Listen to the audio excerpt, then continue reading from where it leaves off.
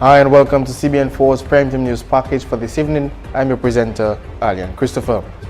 First up tonight, the Public Relations Officer of the United Workers' Party, Nicholas George, said it came as a shock when Joshua Francis, the parliamentary representative for the Roseau South constituency, notified the UWP of his decision not to contest the next general elections. Francis wrote to the president of the United Workers' Party announcing that he will not contest the next general election, saying he is withdrawing from the political space to cure some issues. Any impact? He was accused of a difficulty, and then he's dealing with it, as anybody who has been brought before the courts will have to deal with it. And I do not know that that has had any impact on his decision. George laments that the party's concern with regards to Francis' decision not to contest the election rests solely on whether or not they will be able to win the Roseau South constituency at the next general elections. This is a seat that the party won, and it was a very tough seat to win. And therefore, having Mr. Honorable Joshua Francis as the representative who won the seat handsomely and defeating a stalwart of the Labour Party, it has caused a little bit of concern for the party as to whether we would have the same ability to repeat defeat in the next general election. But we won the seat handsomely. Honorable Joshua Francis represented the constituency very well.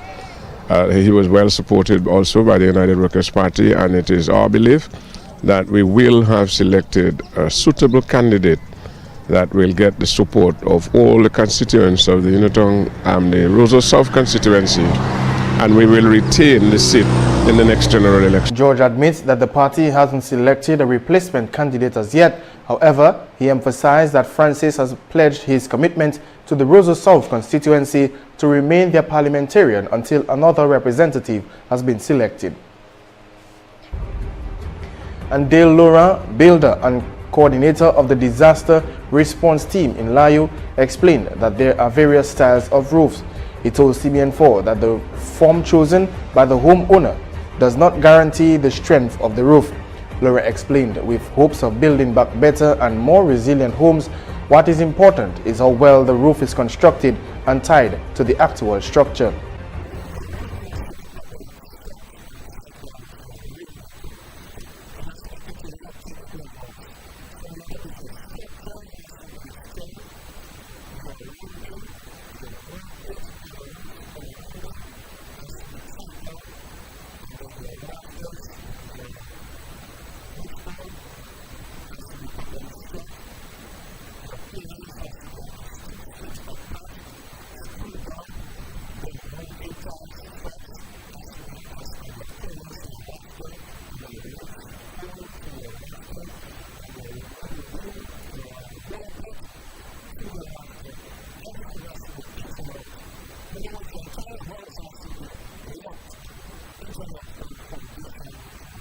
Laura indicated that the more common types of roofs in Dominica are hip and gable.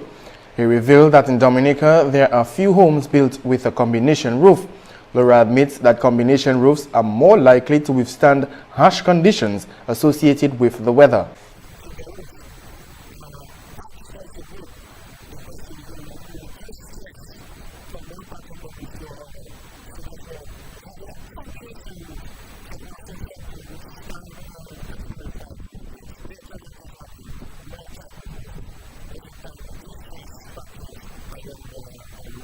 Laurent explained that another factor overlooked when constructing a roof is the height.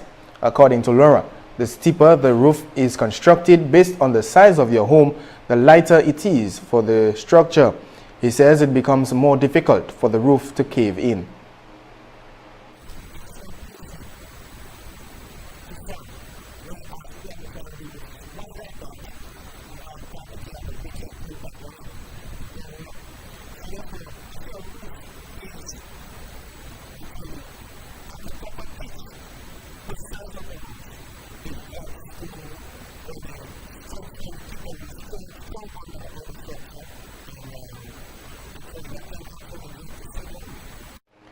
He indicated that it is essential to adhere to the building codes and the standards. However, he admits that it is a lot more expensive to do so. And also making our headlines, emergency specialist for gender-based violence here in Dominica, Farid Gul, says that the United Nations Population Fund is providing life-saving response services to the affected population in Dominica post-Maria. Speaking to CBN4, Gul said the UNFPA has been working closely with the Gender-Based Bureau and the Ministry of Health to improve the response services here in Dominica. Department as well.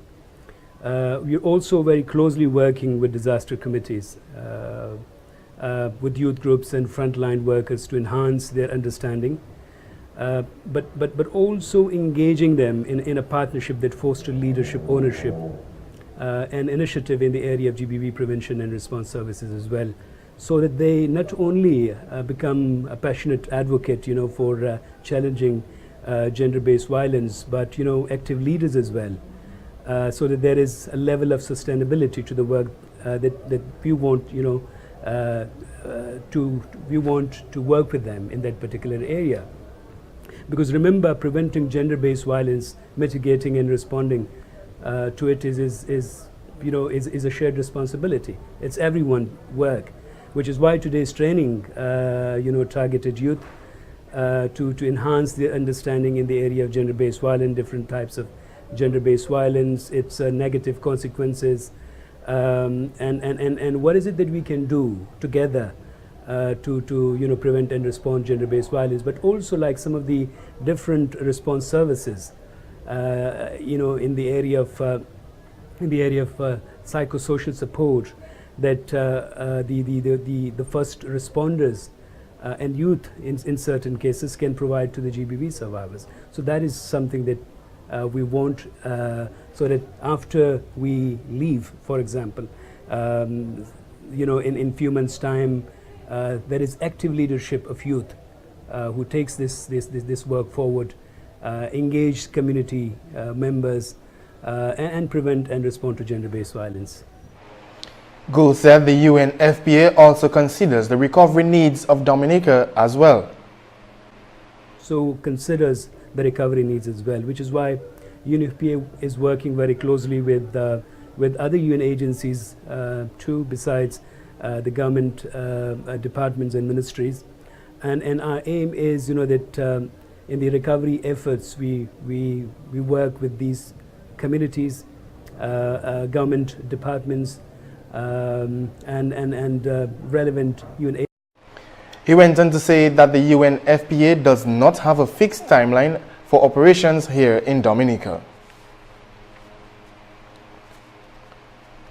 And Senja Schwafferman, a 14-year-old who attends school in Portland, Oregon, said she combined with a few of her friends putting up posters and collecting canned foods to bring aid to Dominica. Senja explained to CBN4 that she had planned a trip to Dominica together with her mom. Then we heard about Hurricane Maria, and our trip got canceled. So then after that, I did the fundraiser, and then we ended up putting all these clothes and shoes and canned foods together. And over the summer, I raised some money to help with Dominica. And then my sister and her sisters, one of her sisters got a whole bunch of shoes from Nike, and we decided to also donate those too. Schwafferman and her mother, Mary Coffey Schwafferman, told CBN4 that over $1,000 were raised and donated to the St. Luke's Primary School in Point Michel. My mom had worked in Point Michel for a while, and so we decided that we would donate some of the items there. Schwafferman told CBN4 that this is her very first donation. And stay tuned for more local news highlights right after this break.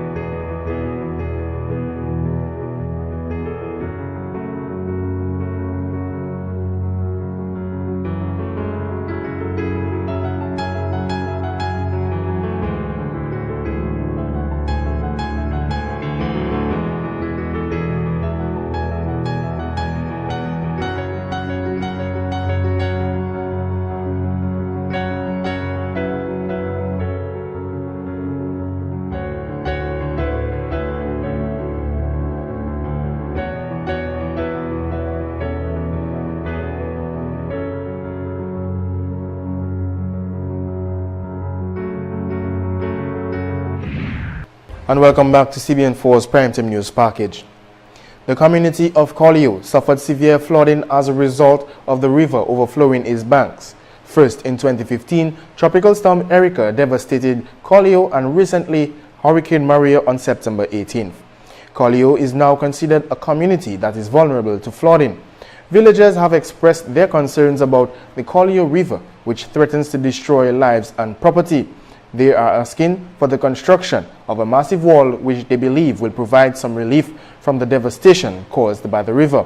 Nicholas George, the Public Relations Officer of the United Workers' Party, believes that a wall could assist in curbing the problem of flooding, but not without all assessments made to identify the cause of the issue at hand. According to him, there are many factors to consider. Northern bank of the river, or are you going to put on walls on the northern and southern banks of the river? Now let's take into consideration that the river now is about, say, 30 feet, maximum 40 feet wide. But its breadth when it flooded in Erica and Maria was about 800 feet. So the lower part, the western part of the village was totally flooded. There are houses on the southern, there are less houses on the southern bank as there are on the northern bank. So are you going now to build a wall and discriminate? Or are you going to build a wall that will close in the river to its 40 feet breadth?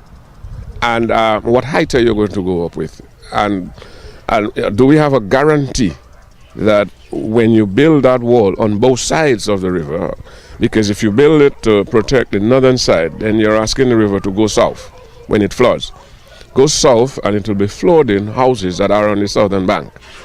If you build it 40 feet wide, 50 feet wide, a river that had a breadth of 800 feet when it flooded twice in 2 years poses a challenge. So there has to be a study as to what it is that caused the river to flood that way so frequently. A few villagers told CBN4 that they are aware of another location that is seemingly less dangerous that may be used to relocate persons in the community. However, some villagers have expressed that they are not happy about moving, arguing that the government will never be able to compensate with the same size of homes that they have worked hard at building. Nicholas George admits that while it is discomforting to move from a location that you've grown accustomed to, he commends that the people of Collioure be specific about their needs to ensure their safety. First of all, the people must make a determination that they need to move for their own safety.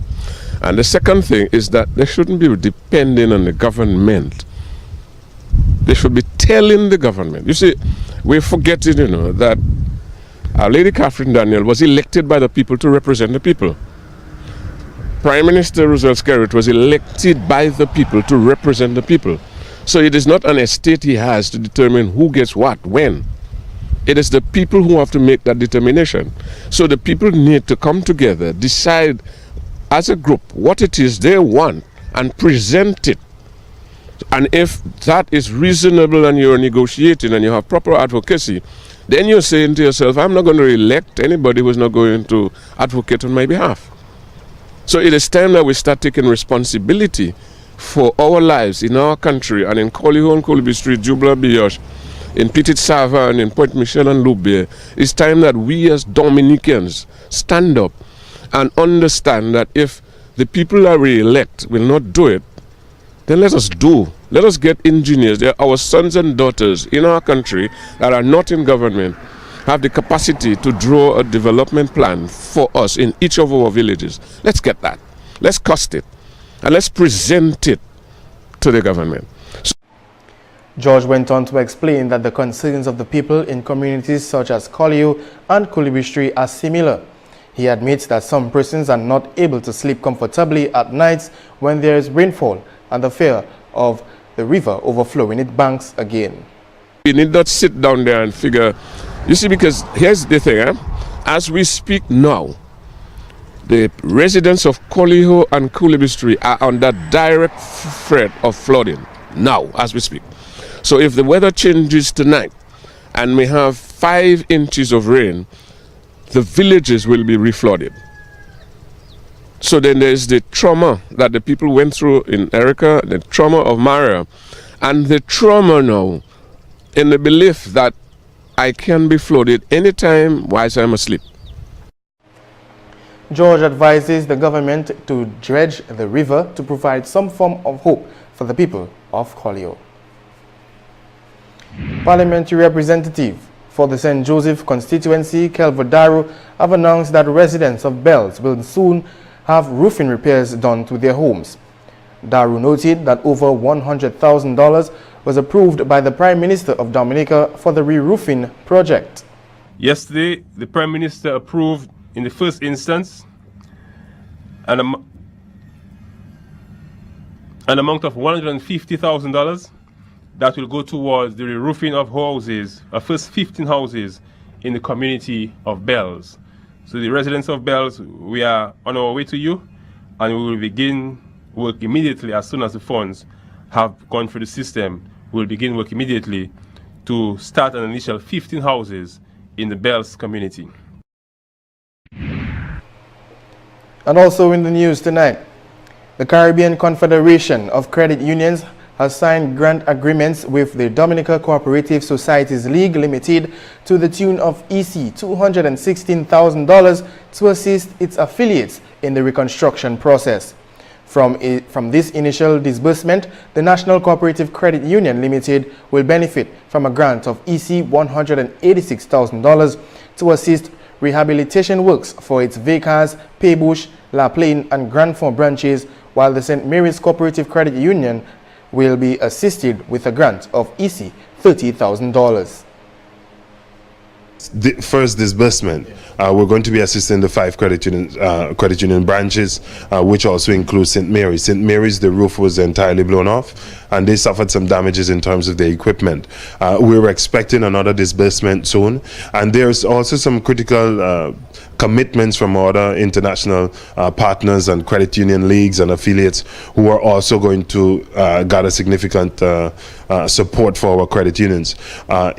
In the next year, about the first or the second quarter, we should be expecting a visit from the World Council, and we'll be looking at strategic alliances in terms of agricultural lending, because you know a lot of the credit unions have agricultural members with agricultural businesses, and so we'll be looking to see how we can also render support in that regard. So no, these are not the only credit union, just that in this first disbursement, those are the credit unions that we're targeting. Belfield noted that the impacts from the passing of Hurricane Maria has exceeded $3 million for the credit unions. Suffered extensively in terms of their roof and their physical infrastructure. Some of them also lost critical equipment, and what we've realized is that the impact on the passage of Hurricane Maria has exceeded $3 million EC for the credit unions. And so what we're doing is bit by bit trying to see how is it that we can gather support, critical support, to ensure that these credit unions are up and running. And as you know, National being one of the largest credit unions on island with a membership of over 40,000, it's critically important that National and their branches and all of the other credit unions, for that matter of fact, are up and running. Some of these credit unions are not operational, not only because of the damages suffered, but of course because of the critical infrastructure, the electricity and internet, fiber, cable. And so we're also working with those partners to ensure that the services are restored. You would have noticed over the last 2 weeks, the branches at La Salette and St. Paul opened up, and we're looking to see how we can get the other branches operationalized as well.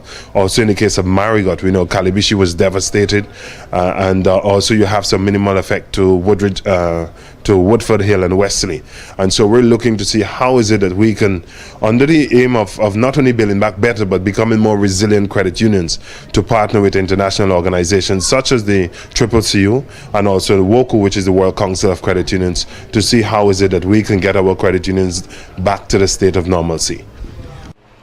The Caribbean Confederation of Credit Unions had also made a major contribution to the overall rebuilding efforts in Dominica through the donations of 10 tents and 400 chairs valued at US $40,000 to the government of Dominica to get the schooling system operational. Efforts were also ongoing to mobilize resources to assist the league itself. And Christmas is being celebrated here in Dominica. Despite the recent passing of Hurricane Maria on September 18th, some Dominicans will celebrate this Christmas season.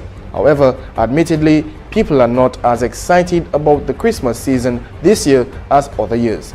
Still, it is heartwarming to note that some people feel that being grateful for life is what is most important this Christmas season. Marissa Stedman reports.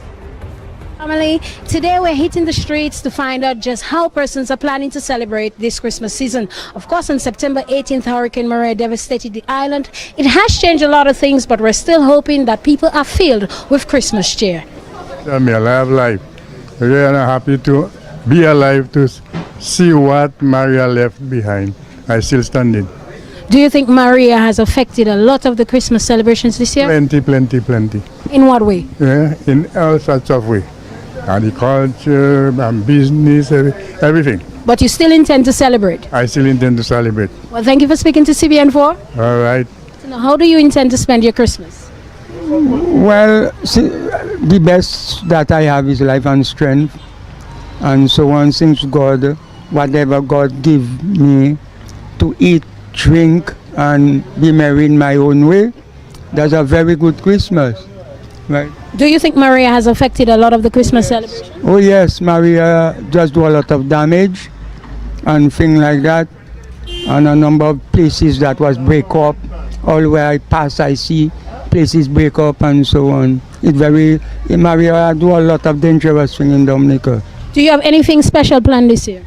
No, not really, because even though I had anything planned, when I see what Maria do, I experience it, and I was a little scared, you know, when I saw the kind of damages that happening. So from that, Maria just take out all our good, nice feeling from us and leave us empty.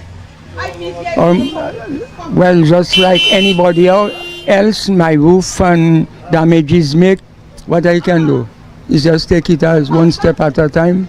Well, thank you. For wants to know, how do you intend to spend your Christmas? Oh, even if Maria has passed, I do intend to spend it the same as every year's tradition. I spend Christmas in town, and then for New Year's, I'll go down to the country, which is Calabishi. That's my home village.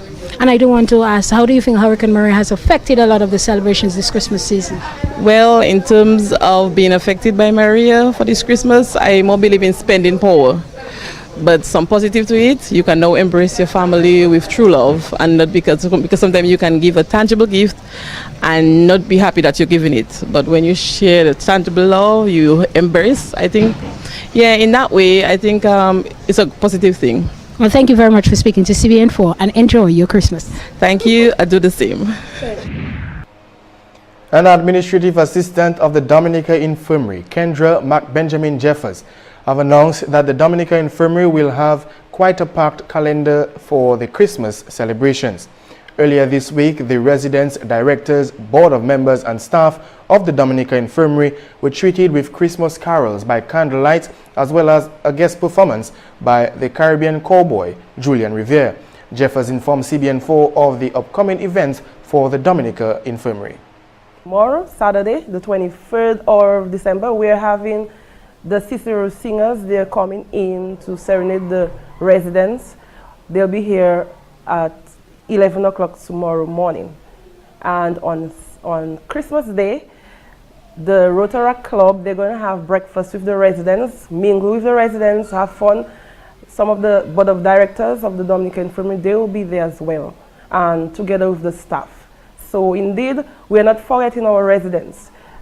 In spite of what happened, what we went through Maria, we're ensuring that the residents will feel very happy and remember this Christmas. And we're trying to bring Christmas here to the residents at the Dominica Infirmary.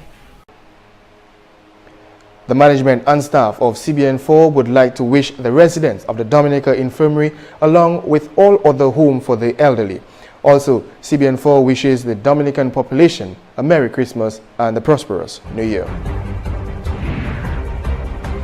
And that takes us to the end of the Primetime News package for this evening. If you've missed any of the stories, you can catch up on CBN4.com or visit our CBN4 website. Until our next broadcast, I am Alden Christopher saying thank you for watching.